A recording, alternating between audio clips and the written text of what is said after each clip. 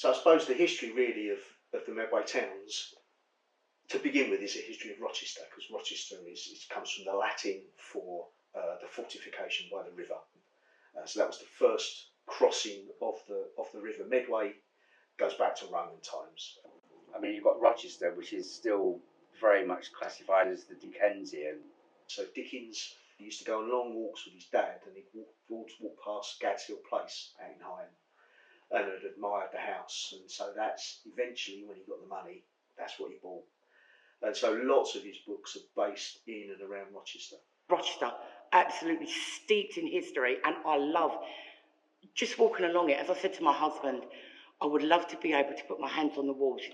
If walls could talk, with the stories they could tell, and I would quite happily sit there with a cup of tea and listen all day, every day, to what went on, what these buildings have seen, what they've experienced. It's a really nice place to go, especially in the daytime. Very like tourist attraction.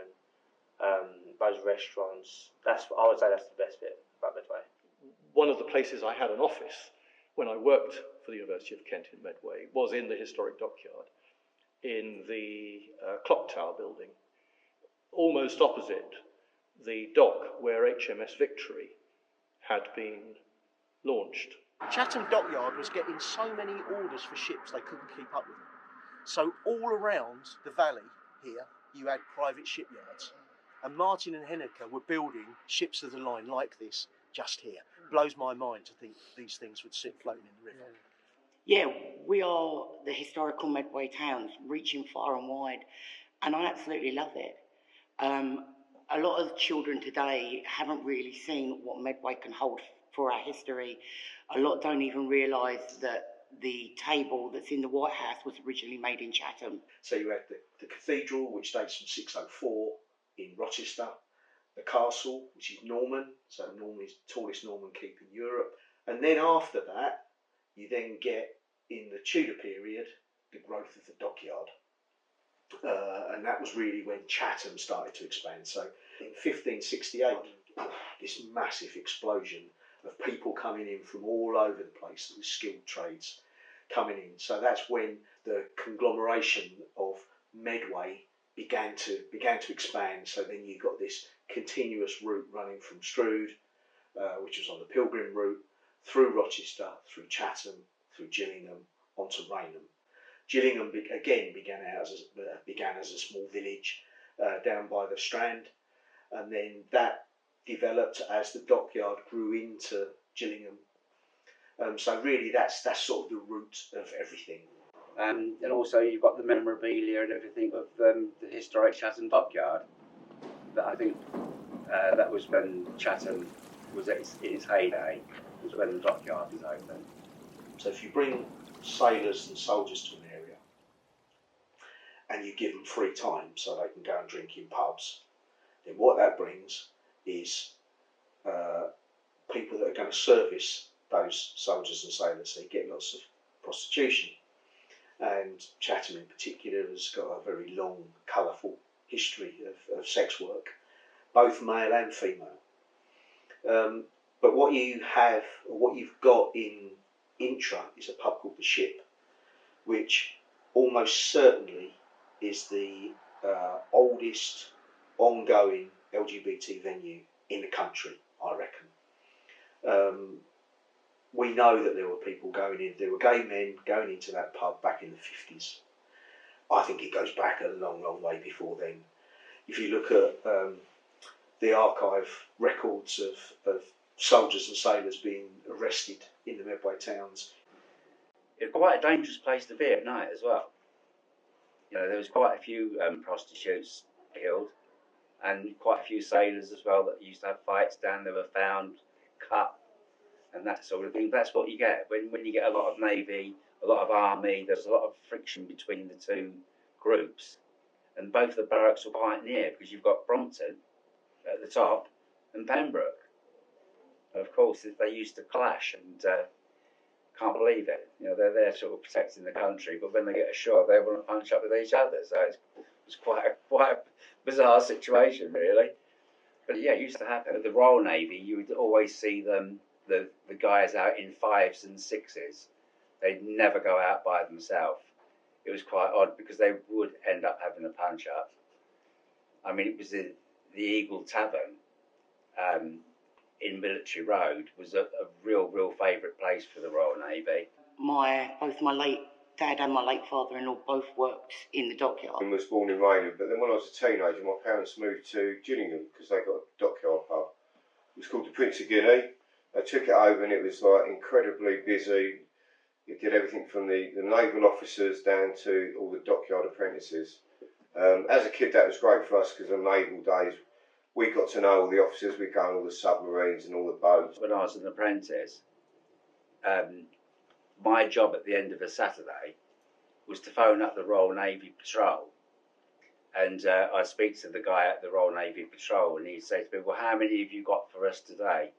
Because what used to happen, the guys used to come in to have a haircut after they'd been drinking up the Prince of Wales, and in the hot summers, like a lot of them used to pass out before it was time to have their haircut. And they were still there at closing time, so we used to have to get the RM Patrol to come and collect them and take them way back up to Pembroke, which was quite an amusing sight to see all these matelots, as they used to be called, being dragged out by their heels, you know. But they were quite inoffensive. But our shop, we had one wall in the shop it was just a white wall, and it was completely covered with the hat bands from the sailors' hats. All these different ships. So it's amazing how many ships there were back in that day in the Royal Navy. You know, HMS Tiger, HMS Lion. You know, there's all the ones like Ajax, even ships from the First World War. I got an apprenticeship at Marconi's, as it was then, Marconi Avionics. I was a contracts officer there, so I worked on different things that I can't tell you about because I signed the Official Secrets Act. So primarily I spent 29 years working in Chatham Town Centre, so I've seen all the changes in Chatham Town Centre. There used to be great clothes shops, independent record shops that people used. Medway music is phenomenal, and I think again because of the Dockyard. So what you had was loads of blokes that would come and learn an instrument when they were in the services, and then at weekends they'd come out into the towns, and so there was a big jazz scene. Through the 40s and 50s, a lot of trad jazz, and there was also quite a big choral scene as well, or light classical, so you'd have choral societies and little quartets and things that would play. And then that grew through sort of the beat scene in the 60s, and you had a big beat scene in Medway. But then when punk came along in, I suppose pub rock in 75, 76, there are a few Medway bands that were involved with that scene and were playing all the pubs. So the City of Rochester Society, we've got a team of volunteer tour guides. So I think there's 14 or something at the moment, and they will take people on free guided tours of Rochester. So I tend to concentrate more on the intra area. So I look at the history of music hall and theatre in Chatham, look at the LGBT history of the area, and then just generally talk about the breweries and pubs and all that sort of stuff. A lot more of the sort of the, I suppose, the working class history of the area. The 12th of January 1963 at the Invicta Ballroom in Chatham, which is behind where Primark is today, or was behind where Primark is, ended up becoming a choral bingo hall. But yeah, that's the Beatles playing there, not to a massive crowd, but yeah, quite a famous little gig for Medway. Gene Vincent played there, Eddie Cochran played there. You name it, they played there. Actually, I don't think Buddy Holly did. I need to check that out actually. And then this is a sort of typical poster. So the Everly Brothers, the Stones, they played there 3 times. Bit of Bo Diddley. I mean, just amazing lineups of bands. Everybody who's anybody played there. And then can't talk about music without mentioning his name. A guy called Billy Childish, local guy, worked in the Dockyard as a stonemason. Ended up at Central St Martin's, but got thrown out. Went to Medway Art School, but got thrown out. Became a musician. Formed a band. Went to see the Sex Pistols. On the back of that, formed a band called the Pot Rivets, and they were Medway's first or second punk band. And he's still going strong, and he was sort of really a leading light in the Medway garage punk scene. And so you've got this bizarre situation where if you go to New York or Berlin or Tokyo and you go into a record shop and you're flipping through and you'll find soul, jazz, easy listening, Medway. Always be a Medway section. Not a London or a Liverpool or a Manchester section, but a Medway section. And that will revolve around Billy Childish and all the different bands that he's been in. A band called The Prisoners that used to play a lot with him and sort of were a big, quite an influential band. So the Spiral Carpets and Cooler Shaker sort of looked to The Prisoners as a inspiration to them. The music scene used to be great. Now I'm not so sure. I mean, we're in St Margaret's at the moment, aren't we, in Rainham? And I've done a couple of gigs here now. I've got another one planned for May, and this is probably one of the only venues I know that are really, it's a church, yes, but I know that they're trying to push forward and get more people in through the door by doing different things, such as music and events. So I think it's getting better. I think it's getting better, but it's hard. There's not a lot of venues around. There's a lot of pubs, but do people want to go to a pub and watch music? I don't know. It's not as good as it used to be when I was younger, when I was first starting out, but it'd be nice to see some change now. Out of the blue, the government decided to shut the Dockyard, and overnight, what happened to our family happened to the whole of Medway generally, because the business went. There was no business. And regarding the rest of Medway, that was all the apprenticeships. I mean, everyone I know did their apprenticeship in the Dockyard, or BAE Systems, which is an aerospace company. I think they was probably about 6,000 employees, and that got reduced down to probably 1.5. And what with the Dockyard, it absolutely devastated the whole economy of Medway. Because thousands of people, not just from Medway itself, but from outside, Sheerness, Laysdown, they were bussed in and they worked in the Dockyard. 40, 50,000, if not more, lost their jobs. That sort of signalled the death knell for the Medway towns. I can remember as a child going down the town shopping with my mum on a Saturday, and the shops were so devised. It was packed. It was absolutely packed, especially coming up to Christmas. You couldn't move. There was no breathing space. But when the Dockyard closed, people were out of work. Money got tight for people. You saw the high street dwindle. You saw the negative impact that it had on people, making them feel low, trying to go out and find a job, especially if you'd been in the dockyard for X amount of years, like my father had been. What was it, 20,000 people working in the dockyard when it closed, and some of those people were given the option to go down to sort of Dartmouth or Plymouth and continue, but so obviously they moved away from the area. But you had a lot of people who didn't want to do that, and unemployment. I mean, it was akin to being sort of a pit town and the pit closing. Everything was so reliant on the dockyard, so all the sandwich shops and all that supporting stuff, and a lot of the pubs, very, very reliant. And then, so not only did you have all the dock workers go, but then you also, obviously, you didn't have ships arriving and all the crews needing to go off somewhere, and so it was don't think Medway's ever really recovered from that.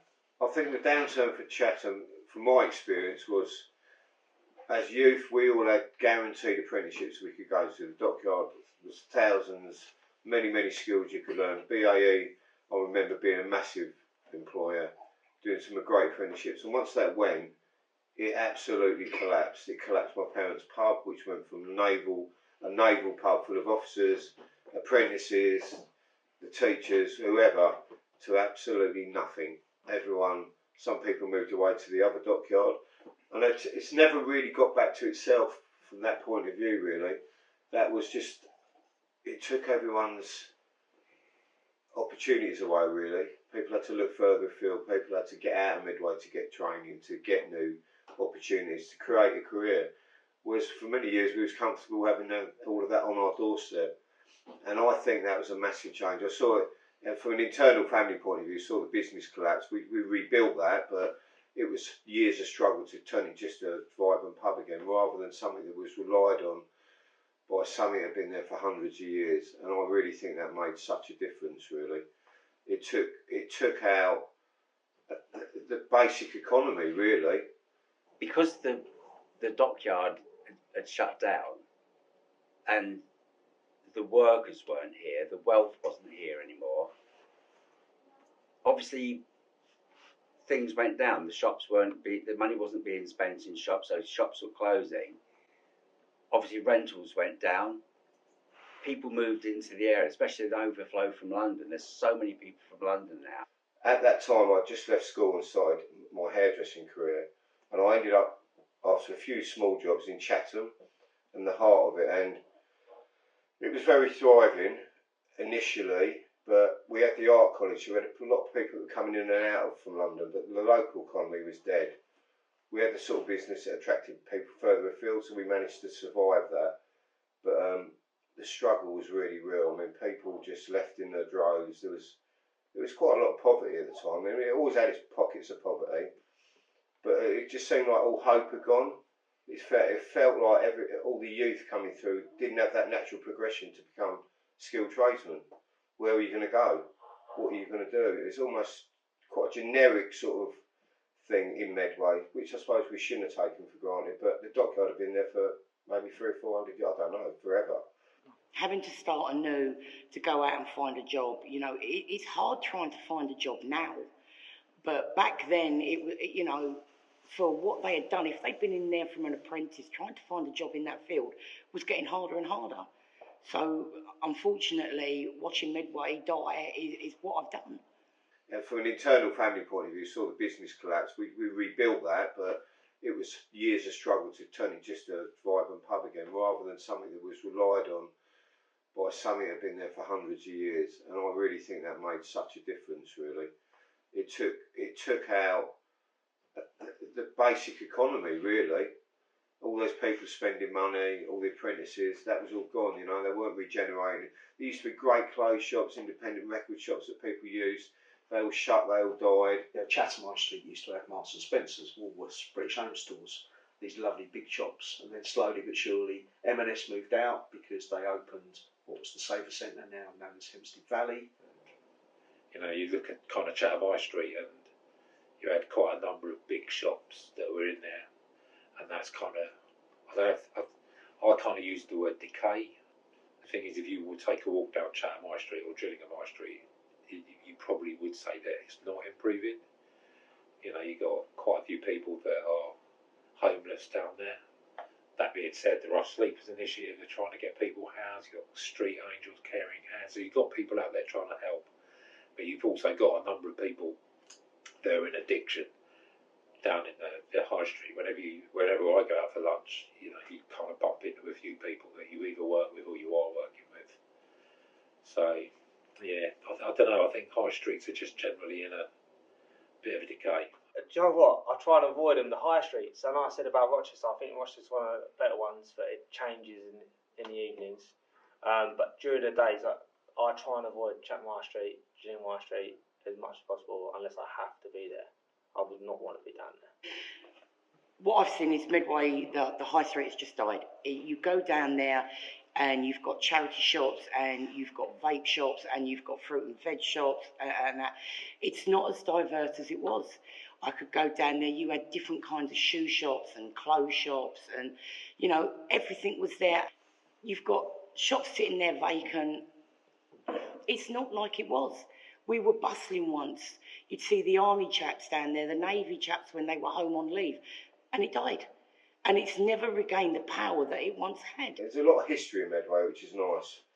And I think it's underpinned by the intro, like all the artists that at the time when it hit the floor, the advantage for them was they could get really, really cheap studios, which they couldn't have afforded. And these studios were owned by the Featherstone family, which is on the interior part of Rochester. Very dilapidated, no heating. I mean, I've been there and done hair for years. I'm still going to these art places. You know, there's the dyer. Get down to the nitty gritty. The reason we're starting right on this spot is, yes, it's the beginning of Intra. It's also the site of, so this very awful junction over here. That, in the 1920s, the council were going to rename Rochester Circus, which I think is brilliant. What a fantastic name. Maybe coincidental, because this piece of land over here was where the circus used to rock up.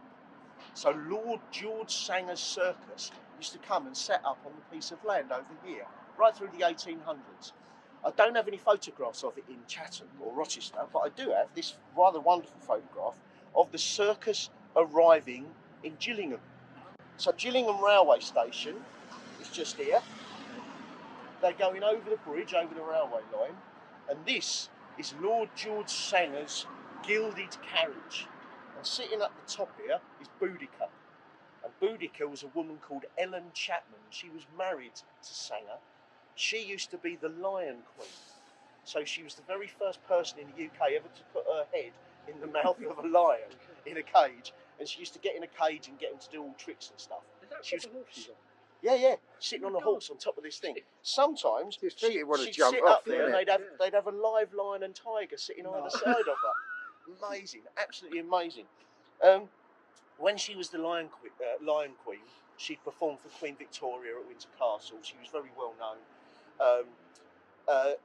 She decided to marry Lord George Sanger and stop being the Lion Queen for Wombwell's Menagerie. So they needed a new Lion Queen. So she said, "Oh, my cousin's really good. She's fantastic with the lions. They really like her." So her cousin started, Ellen Blight, started being the Lion Queen. And it was all good until 1850 when they came to Chatham and they set up by the paddock, and she got in the cage and started performing her tricks of getting the lions and tigers to jump through hoops of fire and all this sort of thing. And one of the tigers didn't play ball and jumped up and ripped her throat out in front of a lot of people.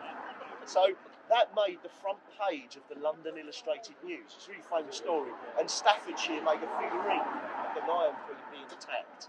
It's a fantastic story. But yeah, that's... Pembroke is now or became the main universities at Medway campus. And when I joined the University of Kent in 2010, and I quickly learned that when the Royal Navy left Chatham, when the Chatham Naval Base was closed in 1984, it knocked the stuffing out of Medway. It destroyed or almost destroyed the soul, the spirit of Medway. Unemployment rocketed because so many jobs were linked to the Navy's presence. And the question then, I guess, for the councils here and others would have been, well, what are we going to do now that the Navy is no longer here? And I think it was probably the University of Greenwich that took the first steps in this regard. But they became, and Kent quickly followed suit, became aware of or convinced that there was an unmet need for higher education provision here in the Medway towns.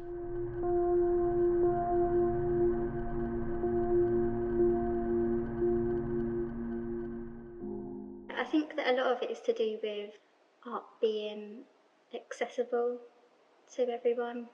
There being sort of a lot of financial barriers around making art, and people feeling like the arts isn't for them. I think definitely people that come from a working class background sort of struggle with that. It's not been easy for me to find a studio space in Medway, but it's not been something that has been affordable for me. For some reason there seems to be a negative perception of Medway, which I think is unfair. I love Chatham. People have a go about Chatham, and I love Chatham. I think Chatham is really sort of, it's alive. If I had the power, I would obviously promote more buildings for people that are on low income. First of all, would stop building on our green spaces, stop overloading everywhere with flats, concentrate on the houses that are sitting there empty, bring them up to scratch to help people get off the streets or get off the waiting list and to get a place to live. Our infrastructure, as the lady said previously, is overloaded. We had 3, 4, 5 hospitals at one point. We are now down to 1. Doctors, not seeing patients, or there not being that many doctors, surgery, dentistry. If you're going to build the flats or the houses, make these massive estates, you've got to have the infrastructure there. Schools, oversubscribed schools, there's no places. I think infrastructure, there needs to be more infrastructure. There needs to be more support for people who are struggling. And the people, I mean, it's not a secret that there's a lot of street people, for example, Chatham and Gillingham. And a lot of them, believe it or not, are good people. And that's what people don't seem to recognise. So there should be support there. There should be more support, I think, for the people who are struggling. We need to have politics aside and work together. What I would like to do is more collaboration between the parties, not them and us. So it's more as a multi-party system. How can we work together for the better of Medway? If we could get more entertainment in the evening in Chatham to support all the new builds that are going, you're going to get a combined economy that's going to grow and build itself up slowly. I feel a bit more funding needs to be put into the area in general because, for example, Chatham High Street, I feel has gone downhill a bit since lockdown in particular. The intra-art has been a beautiful thing. It's never been supported enough to create any progress and movement because of the buildings that they've had to do. Now that that's been sold to another company, hopefully there's some future there, but we'll see. I think with homelessness and things like that, I'd have opportunities or create more spaces for homeless people to actually stay, so they're not actually on the street. Make it easier for them to earn money and get jobs, and also the cost of living increasing. How is someone without a job or even with minimal income supposed to pay for rent and things like that? They can't almost get out of it. There's no opportunities there to get out of that. So we're the recovery side of the drug and alcohol service in Medway. So we've got treatment, which is for people in addiction. To simplify it, and we're the recovery side. So people that whenever I do my job is like building recovery in the community. So I go out to different organisations and kind of tell them about our service. So I try and use a train station to give people an idea if you think about a train station as a drug or an alcohol or a bad negative coping strategy, and you're the station, what we're trying to do as a service is divert you away from that My thing would be education. I think the Medway schools need pumping of money. I think teachers need to be more rigid with what they want. I think we get people apply for roles here that would never be able to cope. I think funding in education, I think that it's difficult because housing and the house prices down here are extremely expensive compared to a lot of places in the world, in the country. People are probably looking at it thinking your house prices are high, the mortgage rates are high, minimum wage is still quite low, job aspirations still quite low, so there's a big gap between that kind of. And I'm pretty sure some politicians went, yeah, we're going to give some money to kind of improve these sort of things. And I'm not sure that's happened. All I can see in my experience of working in this field is a continued strain on the people trying to do, what is it, they're trying to do a good fight. I think the expectations just dropped.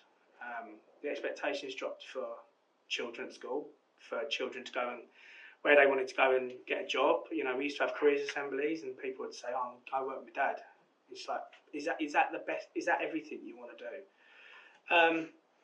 I think that the funding in education is a huge reason why Medway's taken a hit. If you go to any Kent school, so any school outside of Medway, but in the south east, they come under a Kent school. They've just got influx of money. These brand new whiteboards, we've been waiting on these brand new whiteboards for probably 6-7 years. So, there's holes in the ceilings, the buildings from the 1970s, and it's when you show people around, you've got to go, it's got character, which it has. Is it always fit for purpose? So I actually think that the expectations got dropped. I think funding in education's killed Medway a little bit, and I think what that did is that stunted everyone's growth. And you've also got the universities, so you've got the University of Kent, that are based in large part in the Dockyard and using lots of the different bits of the old Pembroke campus and stuff. You've got Christchurch University there as well. So the universities are now big employers locally and bringing lots of people to the area as well, which is a fantastic thing. I could see the potential of the universities at Medway project. I was excited by it, but I quickly came up to speed with the history of Medway and of the Medway towns in particular, and of the Navy's presence here. And I've been fascinated by it ever since. The Medway challenge and the sense, the very real sense that this is a challenge that's worth getting stuck into, because there are lots of other people who share that vision, that hope, that challenge, that sense of what can be achieved. And that excites me. I think having arts education in Medway again would be really good, because so many places have unfortunately closed, and due to funding, I believe, which really feels like a big loss. I really enjoyed working at the uni in the fine art department, and I really saw what value being able to study in Medway brought, because so many people can't study if they can't study where they live. There's a lot of barriers to being able to move away to pursue something, so making sure that there's enough of a range of arts courses locally that then feed into job opportunities. I'd like to bring back the opportunity for people to study art in Medway. I think that's such a loss, especially with UCA, because obviously it wasn't just fine art, there was lots of different creative degrees that you could study there, so I think that's a real loss. And also when you have people, when you give people the opportunity to study in the area that they grew up, there's more of an incentive for them to stay in the area, and I think that's really important for the creative community. I think, we all need that festival. We all need fun. We all need this. So even if it's crazy Morris dancers or whatever they are, it doesn't matter, does it? As long as it sort of like takes people's minds away from the drudge of the day.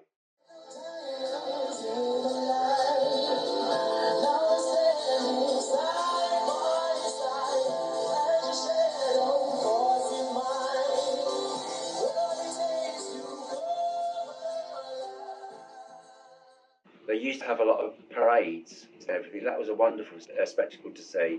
It'd be nice to see them doing more of that, doing some more parades, street parties and that sort of thing like they used to. But I think one of the things that the council are doing that is right is that they're looking at a lot of these empty premises. So you've got massive Debenhams store smack in the middle of Chatham High Street. Look at a mix of residential. If you start building those places, those homes for people in the middle of the towns, people they're going to want places to go and eat. They're going to want places to go and shop. They're going to want places to go and drink, and that will revitalise those high streets. It will bring the people, and once you've got the people, you've got a captive audience. Then that will come back. I think. Openly, it's really positive. The thing that worries me that it's great that you're looking at regeneration and everything else, but what comes with regeneration sometimes is the people who come from the area originally are left behind. But we see it in London. I've seen it in London where regeneration completely changes an area, but it doesn't change the area of the people who come from there in the first place. So I think if Medway can balance that, there's more amenities, there's more facilities, and that the people who come from Medway can benefit from that, then all the good.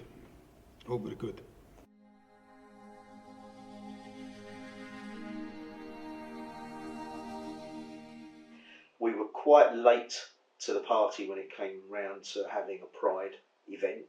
So, pretty well most towns in the country have got some sort of Pride event happening.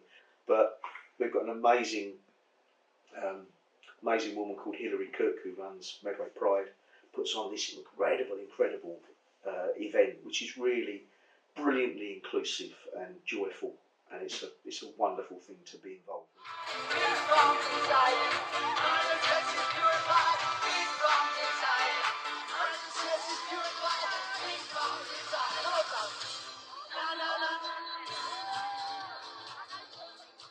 It's nice to see that there's been more of an acceptance for the LGBTQ.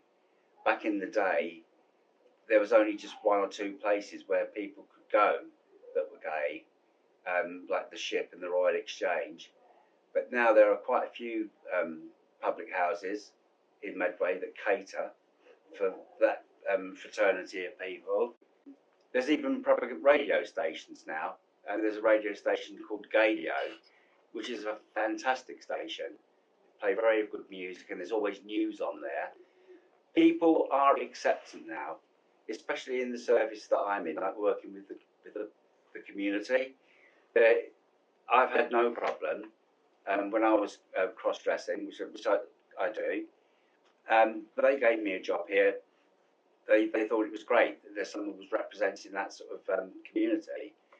But everywhere that I've been as a worker, I've been treated extremely well and looked after very well.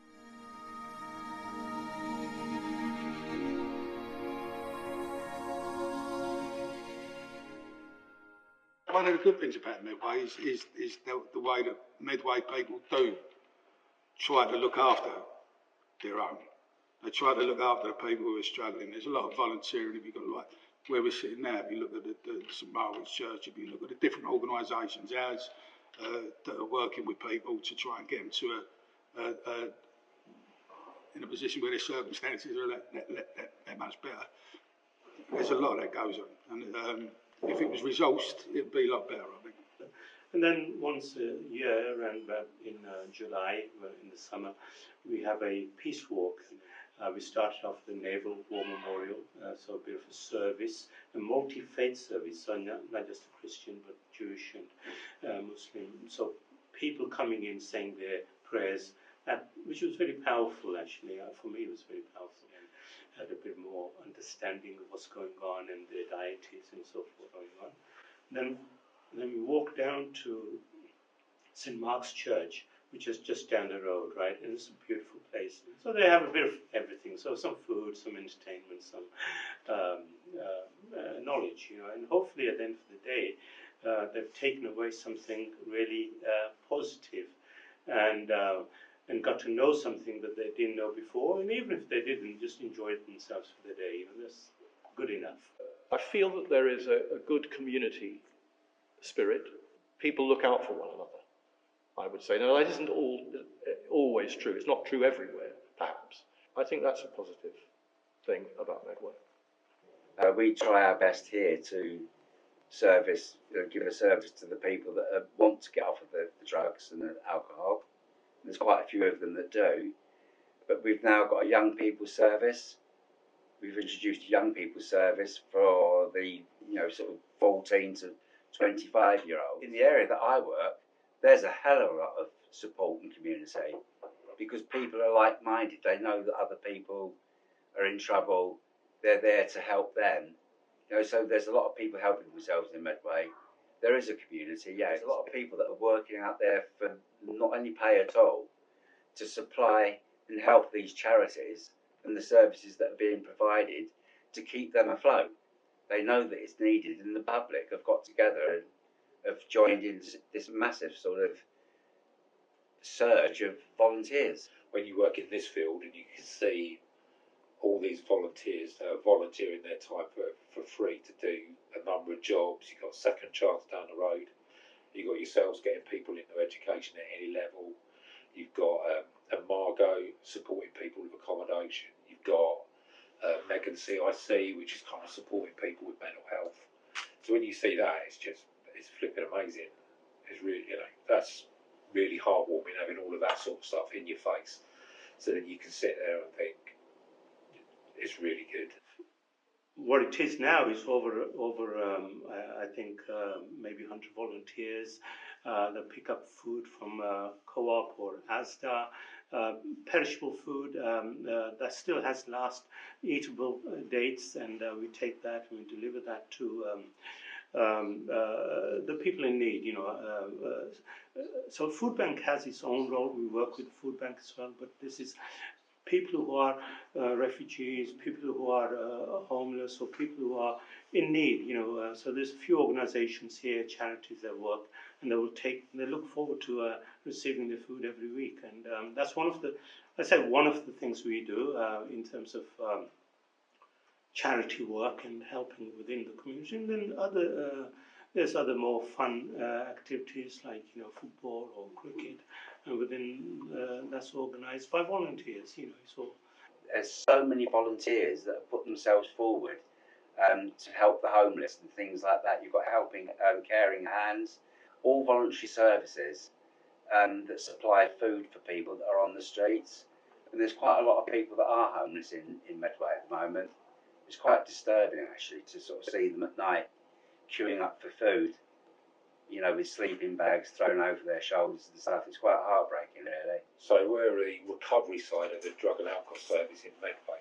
So we've got treatment, which is for people in addiction, to simplify it, and we're the recovery side. So people that whenever I do my talk, because my job is like building recovery in the community, so I go out to different organisations and kind of tell them about our service, or going to open book to get back into education is a more rewarding coping strategy that people kind of walk away thinking, chest out, can't they?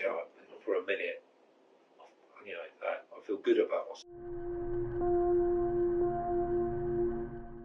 Everything seems to revolve around this thing called River, which is it's almost like a catch-all facility for addiction, homelessness, mental health. Getting potential students to come further their education through, we do creative writing classes, we do a thing called the Extended Project Qualification, which we started up in London, which we're trying to facilitate in Medway now. It's a 5,000 word essay, but the beauty of it is you can choose a subject of your choice. Any sort of burning question you've wondered about in the past, you can try and answer it through the 5,000 words, and we help with all aspects of doing an academic essay, through study skills, through proper academic research, how to write an academic essay. And that's, I call it sort of foundation for foundation to go through to university. Really take the opportunity while we are blessed with the health and the life we have to go and learn and do something that is going to be beneficial to you first, personally, and then to society as well. You know, that's a good element that comes through. I went to Mid-Kent College and studied music there for a couple of years, and there wasn't as much performing as I just wanted to sing. I didn't at the time I didn't want to learn all the other bits and bobs that went with it. Now I regret that, but at the time all I wanted to do was sing. So I kind of just wanted to do that. So I did that for a couple of years at the college, and there's a few videos of that, and yeah, just kind of, I still don't know really how I got, how it's become my full-time job or how I make a living, but I think I just stuck with it, to be honest. What we have done is established ourselves over a decade now, so that we're finding less people are actually having to be told by us what we do, and people are sort of coming up to us and saying, can you help me do this? I either want to go into education, I want to get a job, I want to improve my reading and writing. There's a real massive range of the help that we give people, but it seems to be working really well. Well, I mean, we've had people who've come to us who haven't had sort of basic literacy skills and things like that, and it's very hard to get by without that, and it's sort of surprising how many people are in that situation. But what is quite telling is how many opportunities there are for people and how far people go once they get over that hurdle. Like, the sky's the limit, really. Some people have gone and graduated. Some people have gone into various sort of FE schemes. And some people have just gone into the world of work, really. But some of the stuff we do, even though it's largely academic, has just helped them give them confidence in other areas as well. And I think the main thing is we're not saying that you have to go and get a degree, but we want people to be aware that that is a viable option for them, regardless of their class and their background. Well, we always say with the financial side of it, if that is the only thing that is putting you off, still go and do it. Because if you want to do it, it's there, it's available. We are aware that it puts people into debt, but I think it's a debt worth having in terms of what it does for the rest of your life and the other areas, and it improves your relationships, it improves your family, it inspires your family. We've noticed a real generational thing of where people have become the first in their family to go to university, might inspire their kids or their grandchildren to do it as well, because they see it as a tangible thing. It enhances it enormously, I think. It gives you, as I said before, it gives you confidence. It gives you an extra step on just the basic things, job ladder, and it takes you out of yourself. I mean, I did my degree after 20 years outside of education, and it completely changed my life. It really did. It gets you thinking differently. It gets you thinking critically. And it just enhances everything. It just enhances your life, really. In a way, education became my addiction, and it's not going to kill me. As an alcoholic, recovering alcoholic, I just thought, well, I went from doing my degree, I went from AA to BA. It enables you to think about, when you read a newspaper, what are they really saying? Should I just take at face value what I'm reading in the Daily Mail or the Guardian or the Telegraph or whatever it happens to be? We've had, I think, 5 people go on to degrees from the area, and people would never have considered going on to university. I think one of the changes I've seen has been how universities have cooperated in bringing higher education to this part of Kent, to offer opportunities, higher education opportunities, to people who probably wouldn't otherwise have had them. And I had students say to me, if it had not been for this campus, the Medway campus, and the degree programs and the foundation programs that are offered at the Medway campus, I don't know what I would have been doing. I would probably still have been stacking shelves at Sainsbury's. In life, we don't have too much opportunities, but when an opportunity comes your way, then take it fully on. And in that is education, so take the opportunity to learn. The pub, The Barge, which was in Gillingham, not there anymore. That was great. That was a real big part of my upbringing. All right, so we're in Rochester and we're about to go to the best open mic night at George Bolt's. Here we go.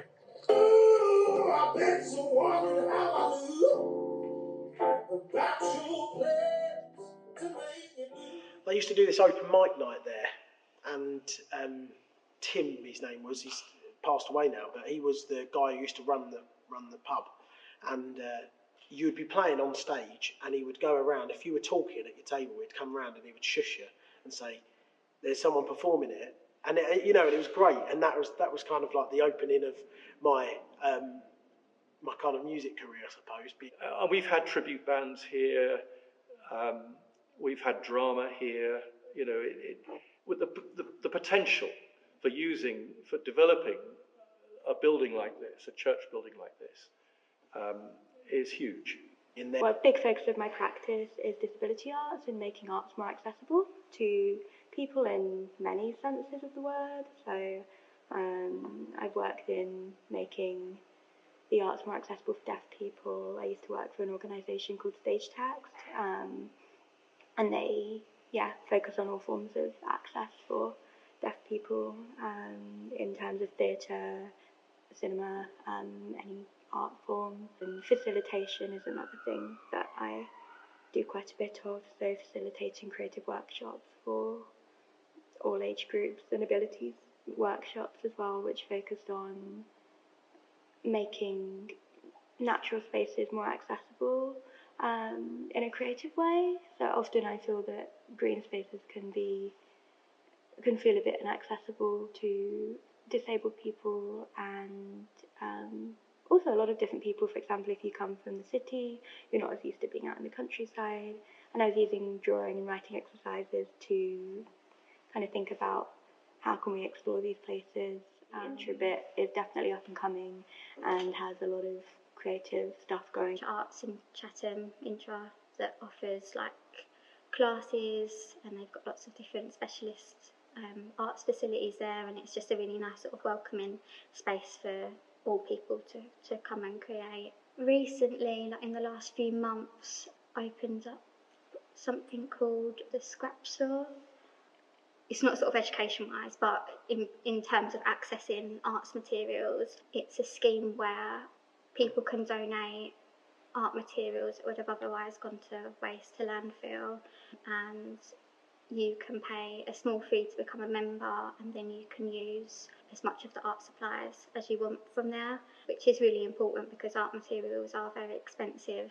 As I said, you've got Nucleus Art, Sunpit House, you've got Medway Art Box, sort of repurposed phone box that they hold. Sort of Nucleus Arts hold different like mini exhibitions in there, art exchanges. So they do, there is lots of fun creative opportunities in Medway.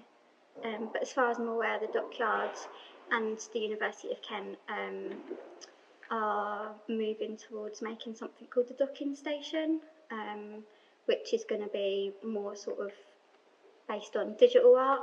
So there's not going to be a fine art presence, but there will be an art presence on the Dockyard again. So the voice came around from, I've got a couple of friends who did it the year before. There's a local lad actually called Joseph Apostle, and Joseph went on The Voice the year before I did, or maybe 2 years before.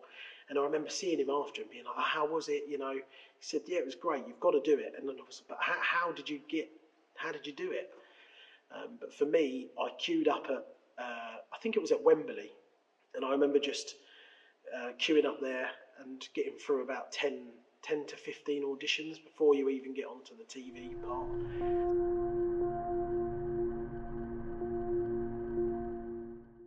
We've got a lot of green spaces around Medway. We need to preserve those, and the signs are promising in that regard. There are green shoots. The latest thing that I have noticed was that the council have put a massive project in. They're building a new shop, a new arcade, a promenade that stretches from the riverside in Chatham right the way through to Rochester. And that's going to be shops, boutiques, new housing, waterfront accommodation. So that's a good thing. That's up and coming for Medway. So yeah, it's got a lot of potential. The opportunities there, we have so many things that we do in school that show them the opportunities how to get to this level, or they're obsessed with money and salary. How do they get to that salary? We give them those opportunities. It's just working for them. But I agree that I think the options are there. Like John was saying, some of the kids here have got really low expectations of themselves. I think the older ones do. I think the older ones are still in that trap.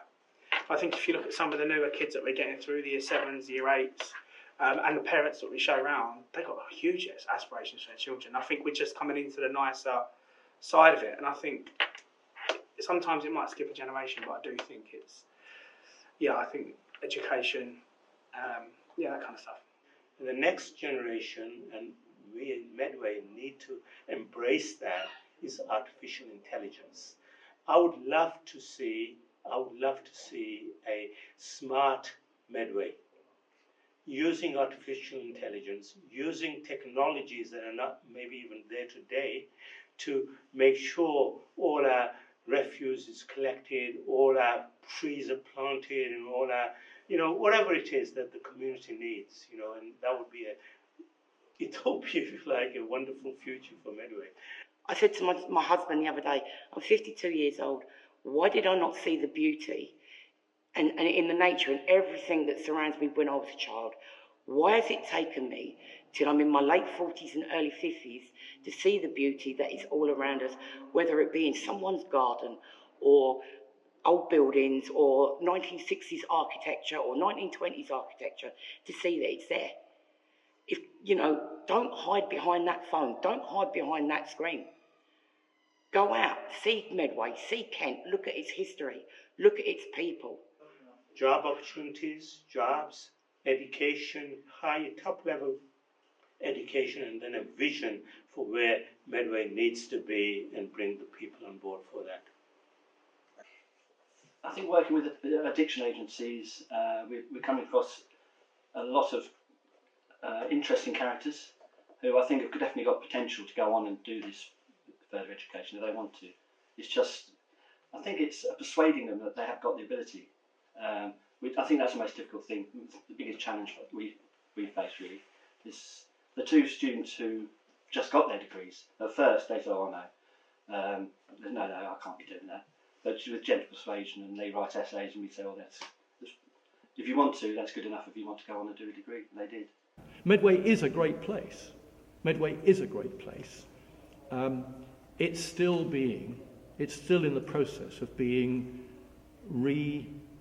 rebuilt, I guess, from those heady days when the Navy was based here, over 40 years ago now. And it's a long-term project, but I can see the signs of progress, and I believe there is a heart and a will to see this project through.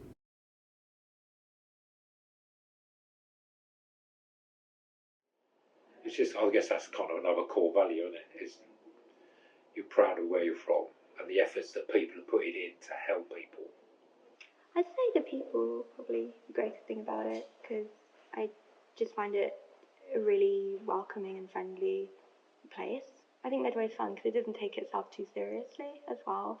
It's I think most people in Medway will poke fun at it, but then won't like it when other people poke fun. Like the Waghorn statue, everybody's quite attached to the fact he's pointing in the wrong direction and that he has a cone on his head.